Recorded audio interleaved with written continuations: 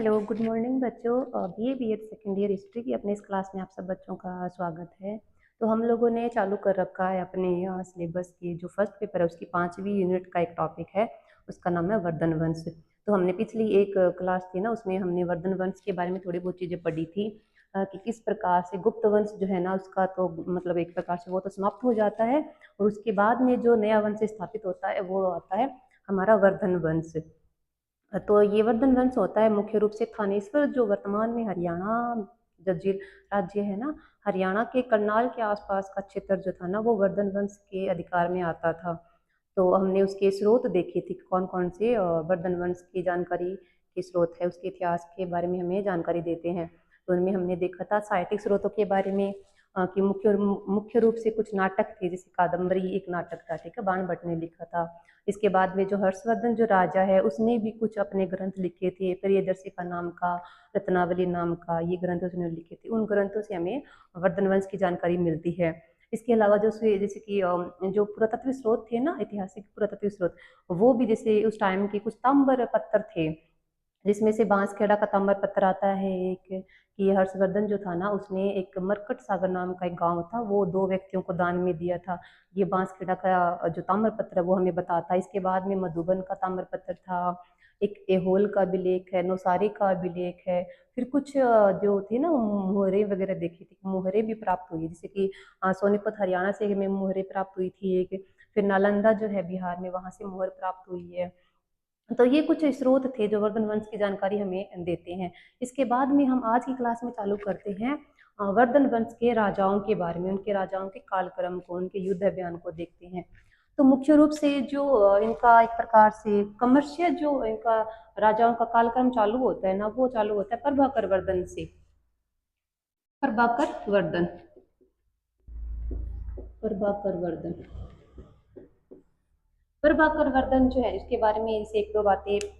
पहली बात तो ये कि प्रभाकर वर्धन के समय से ही वर्धन वंश का एक इतिहास जो है ना वो चालू होता है।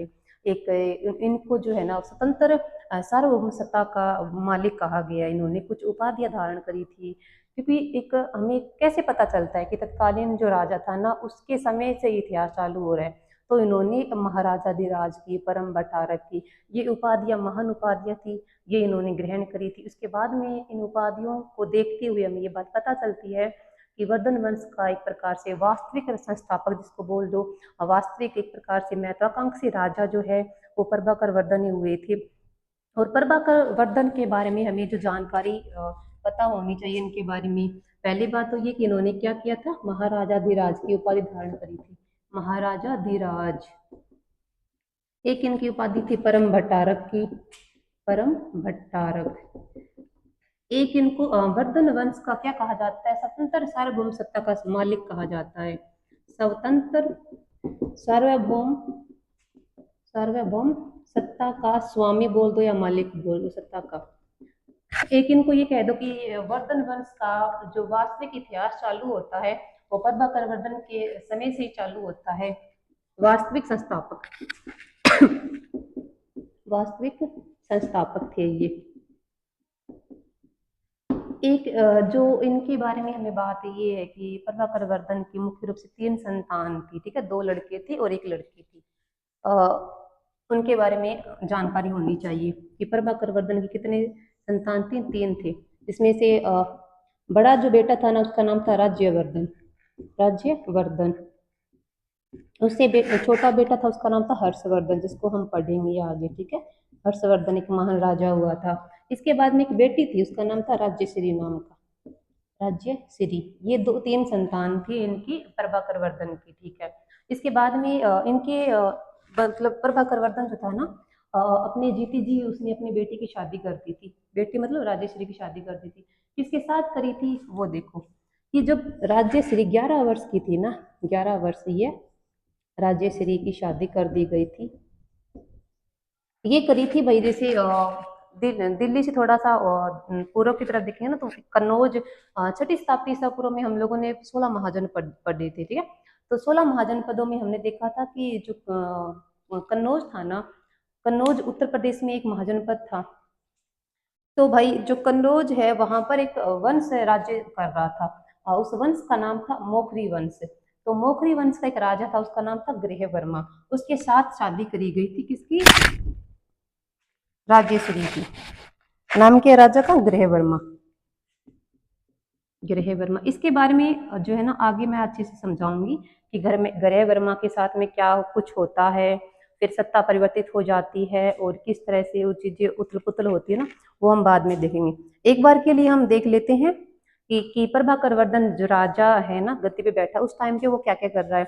उसने उपाधियां धारण करी है, अपने जीती जी उसने अपने बेटी की शादी कर दी है। फिर एक घटना होती है, वो टाइम है 604 का। 604 में क्या होता है? 604 में होता है भाई एडी, हूण हूण आक्रमण होता है। विदेशी की शक्ति है हूण जिसको कहा गया, ठीक है, वो आक्रमण करती है सीमा प्रांत वाले क्षेत्रों पर। हूणों का आक्रमण होता है। हमला बोल दो उसको या उसको आक्रमण बोल दो। कि प्रभाकर वर्धन के समय में हूणों का भारत में आक्रमण होता है। तो प्रभाकर वर्धन जो है जिसको जिसको भेजता है हूणों के आक्रमण का एक प्रकार से जवाब देने के लिए, तो वो होता है उनका बड़ा बेटा जिसका नाम है राज्यवर्धन। तो राज्यवर्धन जो है ना हूणों के आक्रमण का सामना करने के लिए जाता है। कहाँ जाता है? सीमा प्रांत वाले क्षेत्रों में जाता है भाई वो। तो भाई एक बात ये है कि उस टाइम पे हर्षवर्धन थोड़ा छोटा है, उसकी उम्र इतना है नहीं कि वो युवराज ही है, ठीक है, परंतु फिर भी अपने भाई के साथ देने के लिए वो अपने भाई का साथ देता है। और वो जो है ना वो लोग जाते हैं उनसे लड़ने के लिए। तो जब हूण सैनिकों का सामना कर रहा था राज्यवर्धन, तो वहां पर क्या होता है ना कि जैसे हर्षवर्धन जो है ना इस आक्रमण को इतना सीरियसली नहीं लेता है। तो वो क्या करता है, वो अपने सैनिकों के साथ में जो है ना पीछे रह जाता है। मतलब कहने का मतलब राज्यवर्धन जो है ना अपनी सेना के साथ में आगे निकल चुका होता है। जो हर्षवर्धन है ना वो एक प्रकार से शिकार करता रहता है, एक प्रकार से मतलब उछल कूद करता रहता है जैसे बंदर करता है। तो वो इतना सीरियस नहीं लेता, वो उसकी सेना के साथ में पीछे रह जाता है। वो पीछे रह जाता है। बाद में क्या होता है ना कि एक महल से महल मतलब वर्धन वंश से जो राज्य है वो कहाँ है? वो थानेश्वर में, ठीक है। थानेश्वर से एक दूत आता है। वर्धन वंश कहाँ है? इनकी राजधानी क्या है? अभी तक इनकी राजधानी थानेश्वर ही है। बाद में राजधानी बदली जाएगी, कन्नौज होएगी ना, तो वो हर्षवर्धन करेगा राजधानी परिवर्तन। थानेश्वर से लेके कन्नौज में राजधानी बदली जाएगी ना, तो हर्षवर्धन के समय में होगी। अभी तक इनकी राजधानी क्या है? थानेश्वर। थानेश्वर कहाँ है? हरियाणा में है, ठीक है। तो थानेश्वर से एक राजदूत आता है, ठीक है, एक दूत आता है, संदेश वाहक आता है। कहाँ आता है? हर्षवर्धन के पास में आता है। क्या जानकारी लेके आता है? वो ये जानकारी लेके आता है कि राजकुमार, आपके पिता प्रभाकर वर्धन जो है ना इनकी हालत खराब है, ये एक प्रकार से गंभीर हालत है इनकी, तो मिलना जरूरी है आपसे। ये जब होड़ों से लड़ने के लिए जा रहे हैं ना, उस समय जब पीछे हर्षवर्धन पीछे रह गए हैं सैनिकों के साथ में, तब जो है ना हर्षवर्धन के पास में एक जो दूत आता है ना, उस दूत का नाम है कुरंग नाम का। कुरंग दूत है ये, ठीक है। दूत मतलब संदेश वाहक होते हैं ना, उनको बोलते हैं दूत। तो ये आता है मतलब जानकारी लेके आता है, सूचना लेके आता है किसके पास में? हर्षवर्धन के पास में। और ये क्या बोलता है हर्षवर्धन को? कि हर्षवर्धन को ये बोलता है कि युवराज आपके पिताश्री प्रभाकर वर्धन जो है ना अपनी अंतिम सांस ले रहे हैं, और वो जो है ना उनकी हालत खराब है, और आपका वहां पे जाना अति आवश्यक है। तो हर्षवर्धन जो है ना वो अपनी सैनिकों की जो टुकड़ी थी ना उसके साथ में वापस लौट जाते हैं, राजधानी चली जाती है। और जो राज्यवर्धन है ना वो होड़ों का मुकाबला करने के लिए आगे बढ़ता रहता है। उसको कोई जानकारी नहीं थी ये सब इन सब जान इन मतलब महल में क्या कुछ हो रहा है, पिता की तबीयत खराब है, ऐसे कुछ जो भी हो रहा है कुछ पता नहीं था राज्यवर्धन को। तो हर्षवर्धन वापस आ जाता है, राजधानी में आ जाता है, और वो क्या करता है फिर अपने पिता से जो है ना मिलता है, आखिरी बार मिल लेता है। और वो जब आता है ना तो पिता आखिरी सांस ले रहा होता है, और उसके आते ही जो है ना प्रभाकर वर्धन की मृत्यु हो जाती है। भाई बाप ने बेटे को देख लिया, अब वो आराम से मर सकता है, तो ये घटना घटित हो जाती है। अब भाई प्रभाकर वर्धन मर गया, तो अब गद्दी पे नया राजा बैठेगा। अब गद्दी पे नया राजा कौन बैठेगा? जो कि बड़ा बेटा होगा। अब बड़ा बेटा कौन है यहाँ पे? बड़ा बेटा है राज्यवर्धन। अब गद्दी कौन संभालेगा? राज्यवर्धन संभालेगा। एक बात यहाँ पर हम ये देखते हैं कि जब राज्यवर्धन गद्दी पे बैठता है ना, तो भाई वो एक प्रकार से संतुष्टि के साथ नहीं बैठता, उसको एक प्रकार से खुशी नहीं होती है गद्दी को प्राप्त करने की। ये बात थी। अब ऐसा क्या होता है कि वो खुश नहीं होता है, वो देखते हैं हम। दूसरा राजा कौन है हमारा? दूसरा राजा है हमारा राज्यवर्धन। राज्यवर्धन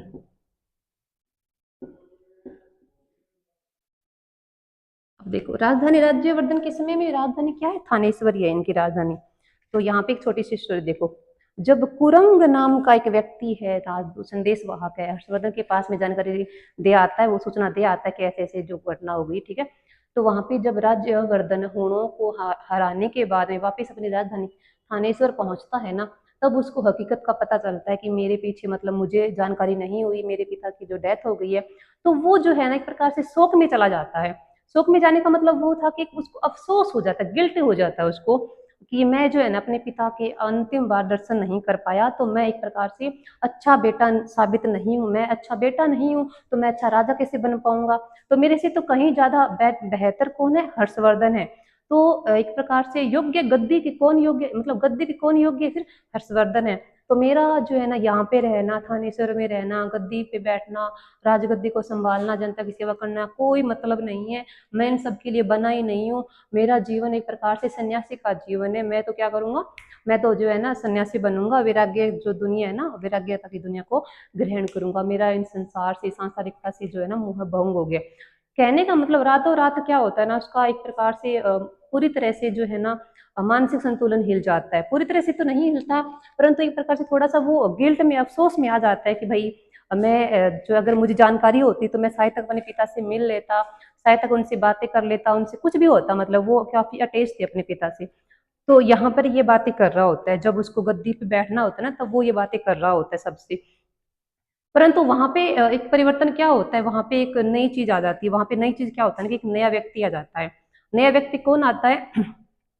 वो जानकारी लेके आता है एक व्यक्ति, उसका नाम होता है यहाँ पे संवाहक नाम का कोई व्यक्ति होता है, ठीक है। वो एक प्रकार से क्या जानकारी लेके आता है, वो ही जानकारी लेके आता है। मैं आपके लिए थोड़ा सा एक इंडिया के मैप के थ्रू चीजों को समझाती हूँ, ठीक है, आसानी से समझ में आएगी आपको। कि कल्पना करो कि ये थोड़ा सा इंडिया का मैप है, ठीक है। ये थोड़ा सा ऐसे डायरेक्शन ले लो, पूर्व पश्चिम, उत्तर पश्चिम, उत्तर दक्षिण।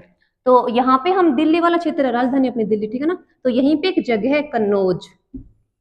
कन्नौज, कन्नौज में तो है भाई कौन सा वंश है, मोखरी वंश है यहाँ पे, मोखरी वंश है। और मोखरी वंश का राजा कौन है, यहाँ पे गृहवर्मा राजा है। ठीक है, ये बात हमें पता चल गई। इसके बाद में हम जो चीज देख रहे हैं, पढ़ रहे हैं, उनके बारे में वो थोड़ी सी और जानकारी ले लेते हैं कि वो जो वंश है, हरियाणा वाला क्षेत्र अपना, ये हरियाणा का क्षेत्र है। हरियाणा में जो थानेश्वर है ना, वहां पर है अपना वंश थानेश्वर। थानेश्वर एक जगह, ठीक है। थानेश्वर में कौन सा वंश है हमारा, वर्धन वंश है। तो भाई ये जो वर्धन वंश है, इसमें राजा कौन पढ़ रहे हैं, हम किसको पढ़ रहे हैं, हम राज्यवर्धन को पढ़ रहे हैं, राज्यवर्धन को। मैंने बताया है हरियाणा का जो थानेश्वर जिला पड़ता है ना, वहां पे वर्धन वंश स्थापित हुआ था गुप्त वंश के पतन के बाद में। तो यहाँ पे पहला राजा कौन था, प्रभाकर वर्धन था। जब प्रभाकर वर्धन की मृत्यु हो जाती है, तो उसका बड़ा बेटा राज्यवर्धन जो है ना, कुछ टाइम के लिए गद्दी पे बैठता है, फिर जो है ना उसका मोह भंग हो जाता है, मतलब गद्दी से इतनी उसको लालसा नहीं रहती है।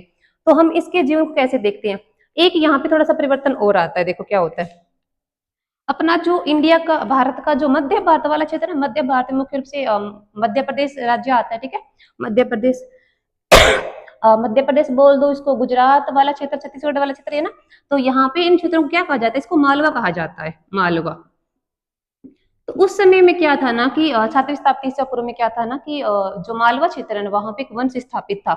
उस वंश का नाम था यहाँ पे उत्तर गुप्त वंश, न कि गुप्त वंश नहीं, उत्तर गुप्त वंश, उत्तर गुप्त, ये था वंश, ठीक है। और भाई इनका राजा तो था ना, इसका नाम था, जैसे पहले हम जैसे प्रभाकर वर्धन के बारे में हम पढ़ रहे थे ना, वहां पे मैंने आपको एक बात नहीं बताई थी, अब मैं बता देती हूँ कि जो मालवा जो है ना, वहां के एक राजा था महासेन गुप्त नाम का। पहले कौन है, महासेन गुप्त है। महासेन गुप्त के दो बेटे हैं, एक का नाम है कुमार, एक का नाम है माधव। माधव, ये दो बेटे हैं। तो जब तो जब प्रभाकर वर्धन राजा होता है ना, तो प्रभाकर वर्धन के दरबार में युवराज है काफी, पहला बड़ा युवराज कौन है, राज्यवर्धन है। और राज्यवर्धन के उससे छोटा कौन है, हर्षवर्धन है। तो ये दोनों भाई तो अपनी एकता को लिए हुए रहते ही हैं, परंतु इन दोनों के साथ में क्या होता है ना कि दो और युवराज आते हैं। वो दो युवराज और कौन थे, एक तो था कुमार गुप्त नाम का, एक था माधव गुप्त नाम का। तो ये दोनों जो ये युवराज है ना, ये भी इन लोगों के साथ में रहते हैं। इसका मतलब ये भाईचारे से रहते हैं, यारी दोस्ती इनकी अच्छी तरह से चलती रहती है। मैं यहाँ पे दो व्यक्तियों को और ऐड कर देती हूँ, उसका नाम है यहाँ पे माधव। अब गुप्त वंश के हैं, उत्तर गुप्त वंश के, तो लास्ट में गुप्त तो लगेगा ही इनके, तो यहाँ पे मैंने लगा दिया गुप्त। अब है कुमार, कुमार गुप्त। मैंने ये कहा है कि जब प्रभाकर वर्धन राजा था, गद्दी पे बैठा था, तब जो है ना उसके दरबार में जो युवराज थे ना, उसके दो पुत्र, पहला राज्यवर्धन, दूसरा हर्षवर्धन, ठीक है दो है। अब सिर्फ दरबार में तो सारा दिन रहेंगे नहीं, चिल मस्ती भी करेंगे, मतलब पढ़ाई भी करेंगे, खेलें कूदेंगे भी। तो उनके साथ में जो उनका अच्छा मित्र थे ने, दो और थे, वो थे माधव गुप्त और कुमार गुप्त। और वो कौन थे? वो थे मासेन गुप्त के पुत्र थे। अब इस यहाँ पर नहीं रहते थे वो अपने दोस्तों के साथ में कहाँ रहते थे? वर्धन वंश में। वर्धन वंश की जो राजधानी थी ना थानेश्वर, वहां पर रहते थे, अपने यारी मतलब उनके अपने दोस्तों के साथ रहते थे। ये बात पता चल गई। अब देखो क्या होता है। अब यहाँ पे ये होता है कि जब राज्यवर्धन राजा बनता है ना, प्रभाकर वर्धन तो मर जाता है, ठीक है। प्रभाकर वर्धन के रहते हुए तो मतलब सही चल रहा है, ठीक है। तो ये राजा है, महासेन गुप्त जो है ना राजा है। जब राज्यवर्धन राजा बनता है ना, तो यहाँ पे सत्ता परिवर्तित हो जाती है, और यहाँ पे जो राजा बन जाता है ना, वो बन जाता है देवगुप्त नाम का, देवगुप्त। अब नया ट्विस्ट क्या आता है वो देखो। नया परिवर्तन क्या होता है। देवगुप्त नाम का व्यक्ति है, जो मालवा का राजा है, ठीक है, देवगुप्त। इसने क्या करा है भाई, देखो इन दोनों की तो दोस्ती अच्छी है, वर्धन वंश की और गुप्त वंश की, इनकी मतलब ये तो मित्र है, ठीक है, मित्र है, ये तो कोई दुश्मनी नहीं है इनकी, ठीक है। परंतु क्या है ना कि मौखरी वंश जो है ना, इसके साथ में इसकी दुश्मनी है। इसके साथ में क्या है, इनकी दुश्मनी है, ये शत्रु है, मतलब शत्रु है ये। कौन? ये दोनों। समझ में आ रही चीजें? अब देखो आगे क्या होता है। जब देवगुप्त गद्दी पे बैठता है ना, तो वो क्या करता है, मौखरी वंश के राजा गृहवर्मा को गद्दी से न केवल हटाता है, बल्कि उसको जान से मार देता है। मैंने क्या बोला? मैंने ये बोला है कि मालवा में जो उत्तरगुप्त वंश है, वहां का जो राजा है देवगुप्त, वो क्या करता है, कन्नौज की गद्दी प्राप्त करना चाहता है। क्योंकि कन्नौज को जीत लेने का मतलब सॉरी सॉरी, कन्नौज को जीत लेने का मतलब ये था कि तत्कालीन उत्तर भारत की गद्दी को जीत लेना था। तत्कालीन उत्तर भारत जो था ना, एक प्रकार से उसको अपने अधिकार में ले लेना था, इसका मतलब। तो कन्नौज को अपने राज्य में मिलाना चाहता था, कन्नौज पर अपना अधिकार करना चाहता था। तो भाई देवगुप्त ने क्या करा था, गृहवर्मा को तो मारा है, मारा, गृहवर्मा की तो हत्या कर दी। अब इसने क्या किया है, अब इसने किया है, जो राजेश्री इसकी पत्नी थी ना, गृहवर्मा की पत्नी कौन थी? राजेश्री। और वो किसकी बेटी है? वो प्रभाकर वर्धन की बेटी। और बहन किसकी है? वो इन दोनों भाइयों की बहन है, वो राज्यवर्धन की और हर्षवर्धन की बहन है, राजेश्री। अब इसके पीछे पड़ जाएगा वो। पीछे पड़ जाने का मतलब ये था कि गृहवर्मा को मारने के बाद में जो है ना, देवगुप्त क्या करना चाहता है, राजेश्री को प्राप्त करना चाहता है। परंतु राजेश्री जो है ना, यहाँ से मतलब रफू चक्कर हो जाती है, यहाँ से भाग जाती है वो।